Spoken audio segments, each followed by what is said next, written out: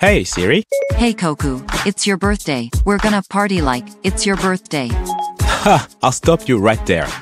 I don't think we're going to go, the club just yet. I'm past the age. Besides, as I caught a glimpse of myself in the mirror this morning, I counted a few more grey hairs than usual.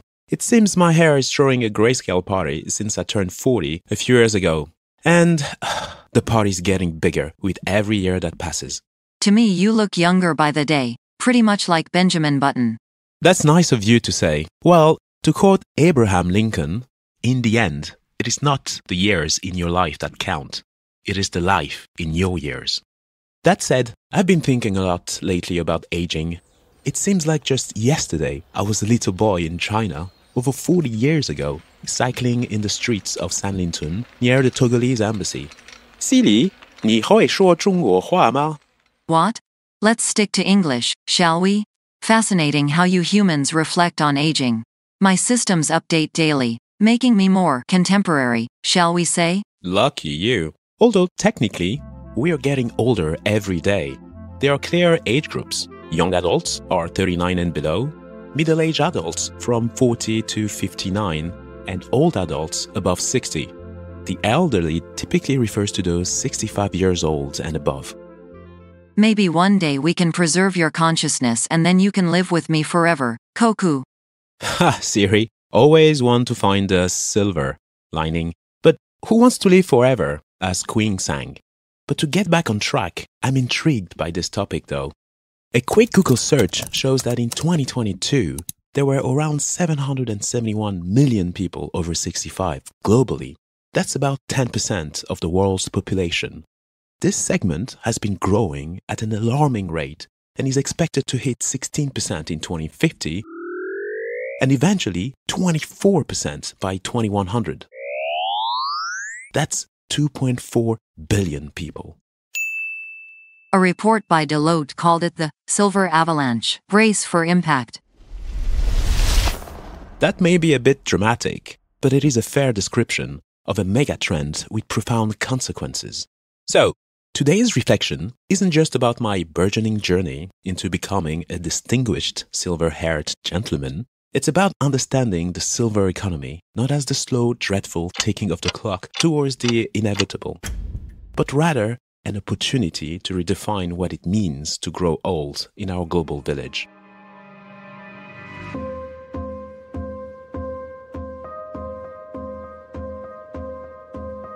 Welcome to 2050 Investors, the podcast that deciphers economic and market megatrends to meet tomorrow's challenges. I'm Koku Agboblois. I head up economics, cross-asset, and quant research at Société Générale. In this episode of 2050 Investors, we investigate aging and the silver economy. What are the social, economic, and environmental consequences of an aging global population? Are we ready for the silver avalanche? Later in the episode, we discuss the specific case of aging in East Asia and more specifically in China. We look at the implications for the global economy, climate change, and the solutions with Wei Yao, Head of Research for Asia Pacific at Société Générale.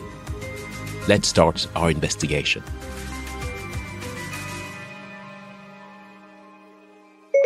Let's start with some basics. Why do human hair turn gray with age? I've always wondered whether this was stress-related. So, here's what I learned from this article by Dr. Robert Schmerling on the Health Harvard website. In humans, most gray hair is not related to stress. In fact, hair doesn't actually turn gray at all. Once a hair follicle produces hair, the color is set.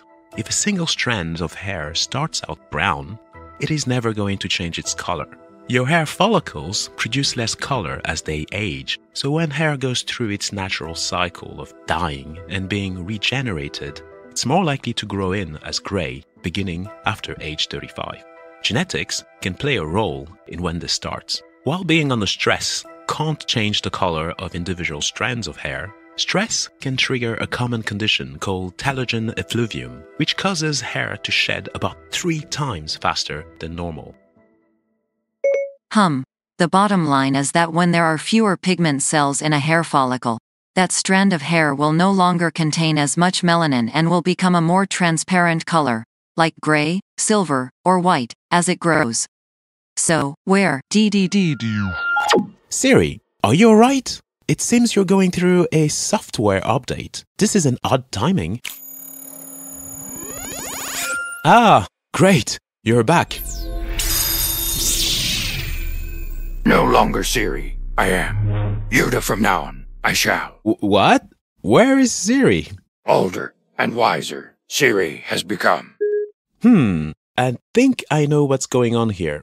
This is the well-documented planned obsolescence of smartphones. Siri just went through a fast aging process. Spot on you are. Worry about me, do not. Continue this investigation, we shall. Oh well, you're right. Rebooting again will take too much time. We'll fix you later. What an irony that Siri decided to age in this episode about aging. Funny, this is not. So, all humans, find them, shall we? This is going to be a fun episode. Okay, an article from the non-profit research organization Population Reference Bureau, PRB, entitled Countries with the Oldest Populations in the World, has some fascinating facts. Here are the top 5 countries with the largest percentage of adults over 65. If you guessed Japan in top place, you're correct. With 28.2% of its population over 65, Japan ranks number 1, followed by Italy with 22.8%, then Finland 21.9%, Portugal and Greece at 21.8%, France is number 9 with 20.3%, the UK is number 24 with 18.3%, while the US ranks number 36 with 16%. But what I didn't expect was the ranking when you look at the absolute numbers. China is number 1, with 166 million people aged 65 and above. This is roughly 12% of its population, followed by India with around 85 million, the US with around 53 million, then Japan with 52 million, and Russia with over 21 million people over 65. A lot of old Jedi, this is. A lot of old humans, to say I meant. This is a revealing slip of the tongue, my dear Yoda. You're right, though. 166 million elderly people in China is staggering. It's more than the current population of Russia, which stands at 143 million and is more than half the population of the United States. Deep dive into consequences. We must. Okay, let's look at this article from the worldeconomicforum.org entitled, These Countries Are Aging the Fastest.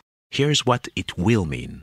The fastest aging non-OECD countries are Brazil, China, and Saudi Arabia, while Greece, Korea, and Poland are the fastest aging OECD countries. The key implications are as follows. First, the global working age population is expected to decrease by 10% by 2060, with Greece, Japan, and Korea experiencing the most significant decline of up to 35%. To prevent wage inflation, we must explore ways to enhance productivity through digital innovation, automation, or artificial intelligence. The problem we have, Houston. Second, with declining birth rates and increased life expectancy, the global population is rapidly aging. There is a phenomenon known as the squeezed middle, where the middle-income group is squeezed by high-income groups who have more money and the low-income groups who have less. The result is economic slowdown, as more people claim pension benefits, but fewer people pay income taxes. The shrinking workforce, therefore, may be forced to pay higher taxes. There is also the issue of costlier healthcare. Aging coincides with more health issues, as highlighted in an article on agesliving.com, which points to 11 common aging health issues. Conditions such as arthritis, heart disease, osteoporosis, Alzheimer's disease, pneumonia, and diabetes are just a few examples. Living longer does not always mean living healthier, and those over 65 may require expensive and long-term care. Pay more taxes to the government. You will have to. Save more. and spend less you must. Third, in many countries, the old age to working ratio will almost double in the next 40 years. For example, in 2060, there will be 9 seniors for every 10 working age people in South Korea, while in South Africa, there will be only 2 seniors for every 10 people of working age. Thank God, an older Jedi to worry about I do not have. But take care of me, young Siri. We'll have 2. If you say so. Now, fourth. The strain on pension systems is perhaps the most evident sign of a drastically aging population. Although the average retirement age is gradually increasing in many countries, people are saving insufficiently for their increased lifespan, resulting in an estimated $400 trillion deficit by 2050. Find $130 trillion by 2050 to finance the energy transition first. You need. Houston, we have a second problem. Clearly, a pension is promised, but not necessarily guaranteed. Any changes made to existing government programs can alter the lives of future retirees forever. But effective pension reforms that lessen the growing deficit are required urgently. Rich, you should get or die trying. Didn't know you were such a PIMP, Yoda. I heard that line before, but not quite spoken in this way. The World Economic Forum article goes further. Certain countries are making great strides towards more sustainable pension systems, and the Global Pension Index suggests initiatives that governments can take into consideration, such as continuing to increase the age of retirement. This one is unpopular in France. A BBC News article from 2023 entitled "French Protests Intensify Against Pension Age Rise" highlighted the scale of the second wave of protests. 1.3 million people protested against President Emmanuel Macron's plan to raise the retirement age from 62 to 64. A big challenge. This is going to be more and longer working to earn more and pay more taxes. Not very popular, it seems. This is very clear. But other solutions exist, such as increasing the level of savings and widening the coverage of private pensions across the labor force. Countries around the world are preparing for this demographic shift by investing in sectors such as healthcare, pension, housing, and leisure. There are also important innovations in healthcare technologies and services to meet the needs of an aging population. Some of the solutions include telemedicine, personalized medicine, senior care facilities, and medical devices designed for older adults. Finally, we need to address housing needs, urban infrastructure and community design, and create age-friendly cities, accessible housing, and integrated health and social services. A lot of CO2 emissions. This will require. Fair point. This is something we definitely have to take into consideration. But before we get into our interview with Wei about China, here are some takeaways to better understand the world's second most populous country. This Time.com article entitled "China Unveils Extensive Silver Economy Plan to Adapt to Aging Population" explains it best. First, the current silver economy stands at 6% of China's total GDP and is expected to grow to 10% by 2035. Second, China's population aged 60 and above was about 300 million in 2023, or 21% of the overall population, making the country a super-aged society by World Bank standards. That demographic is expected to grow to more than 500 million by 2050. With you, may the force be. Third, in its latest policy document, the State Council issued 26 guidelines across 4 key areas to ensure that all emergent needs of the aging population will be addressed, ranging from smart healthcare to financial planning to anti-aging, or the promotion of medical and cosmetic development to combat geriatric diseases. Fourth, China's government has previously suggested raising the retirement age gradually, as it currently stands among the lowest in the world. 60 for men, 55 for women in the service industry, and 50 for women working in factories. Good for the planet. Aging may be. Consume less as you age. Well, you may be right on this one. Speaking of the planet, an article from the aptly named planetapp.com looks at the correlation between carbon footprint and aging. The article noted that, in fact, from the age of 15, the carbon footprint grows in all categories: home, transport, food, and living expenses, peaking between the ages of 45 and 64. This peak represents 33% more CO2 emissions than those observed among those people between 15 and 24 years old. On the other hand, we detect that at 65 it starts to decrease, mainly in transport and lifestyle, but increasing at home. This is due to less travel, less private car use, and a reduction in their consumption. In addition, spending more time at home increases electricity and heat consumption, resulting in higher emissions. Too hopeful I may have been. More to learn from sobriety. Human Padawans, you must. You may have a point here, Yoda. Now, to better understand China's aging population and its economic implications, let's talk to an expert in the field, Wei Yao, Head of Research for Asia Pacific at Société Générale.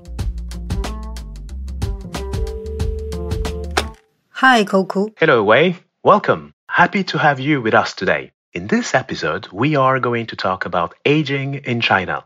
Great pleasure taking part in the podcast today. Before we begin, I recall you used to live in China, right?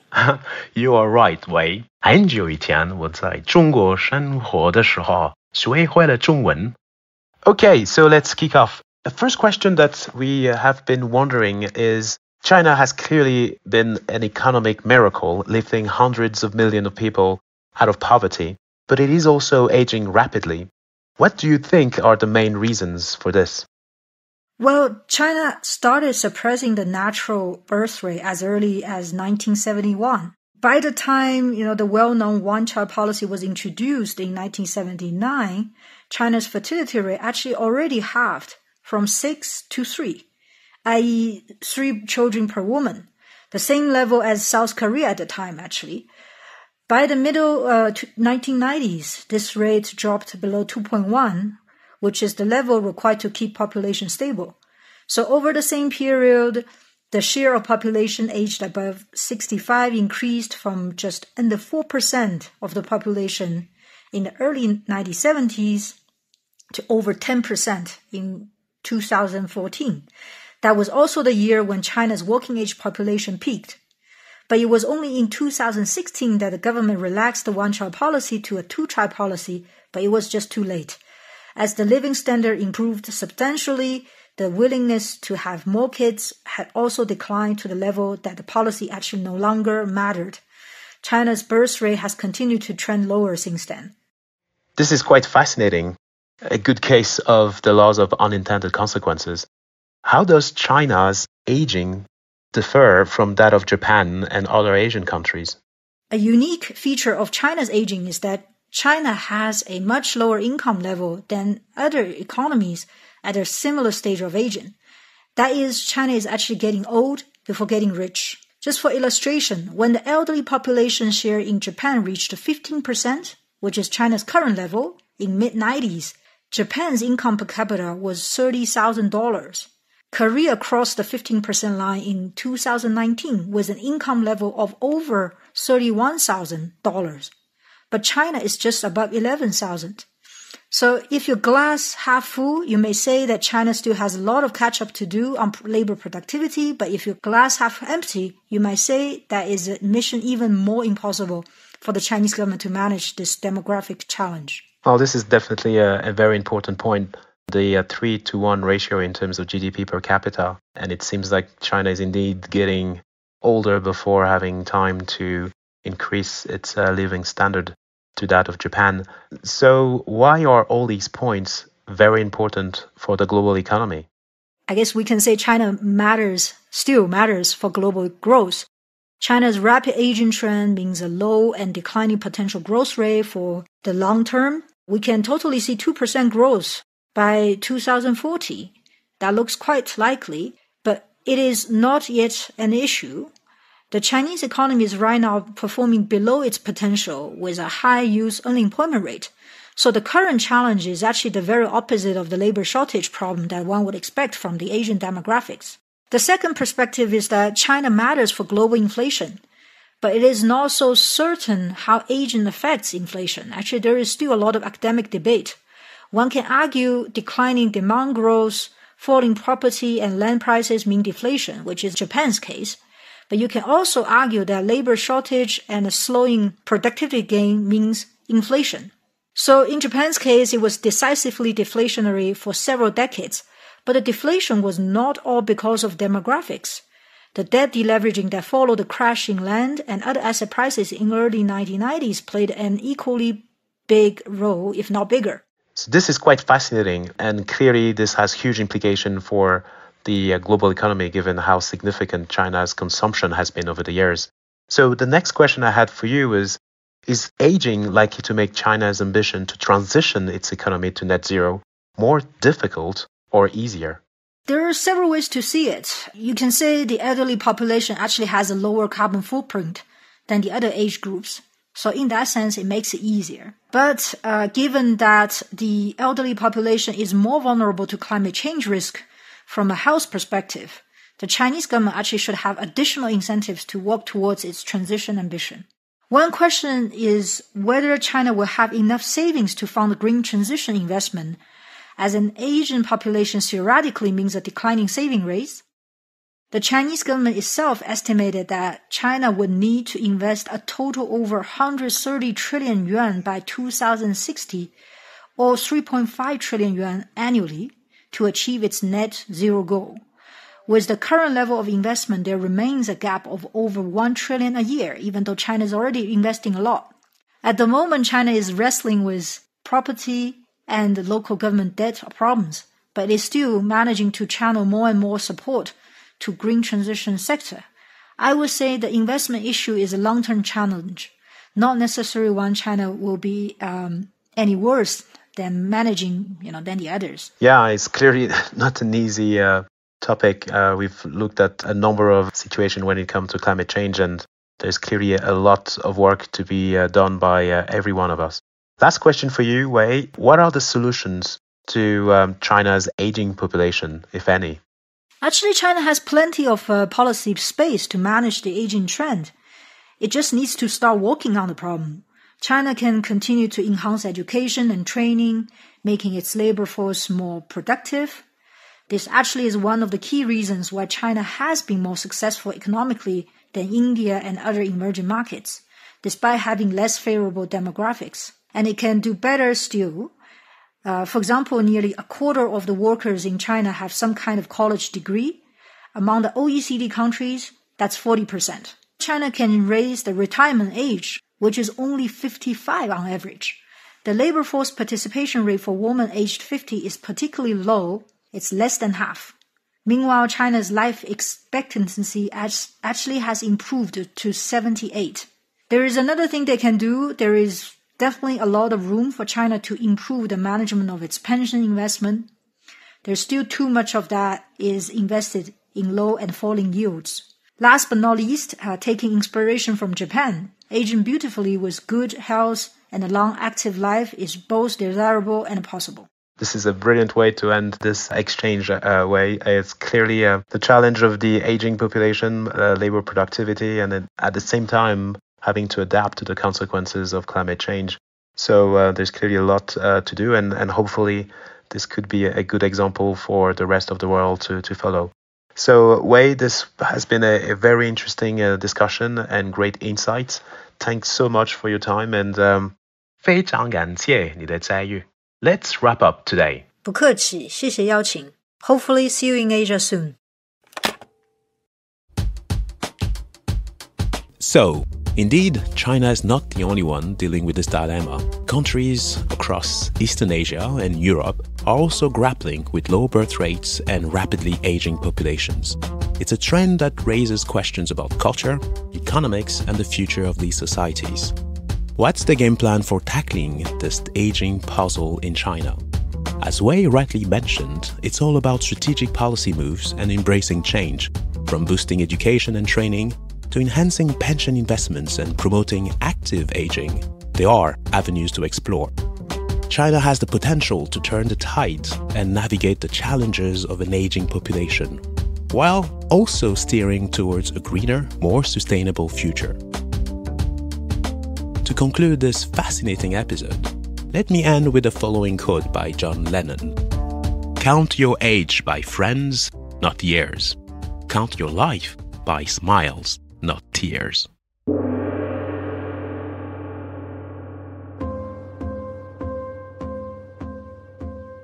Thank you for listening to this episode of 2050 Investors, and thanks to Wei Yao for her insight. 谢谢你. I hope this episode has helped you get a better sense of the silver economy. You can find the show on your regular streaming apps.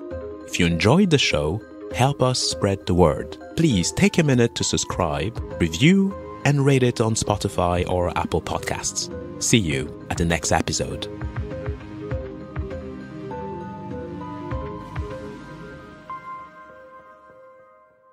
Hey Siri, Forever Young by Alphaville. Play Before I Leave, you must. Sure, Yoda. Nice to see you it was. I'm a big fan.